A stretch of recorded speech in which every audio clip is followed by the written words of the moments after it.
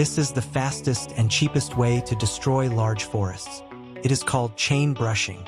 In this method, two massive bulldozers, each weighing around 40 tons, pull anchor chains used in ships, and these are not ordinary chains.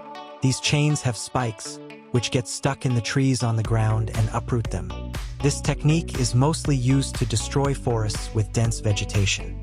Now, you may wonder why such large forest areas are being destroyed.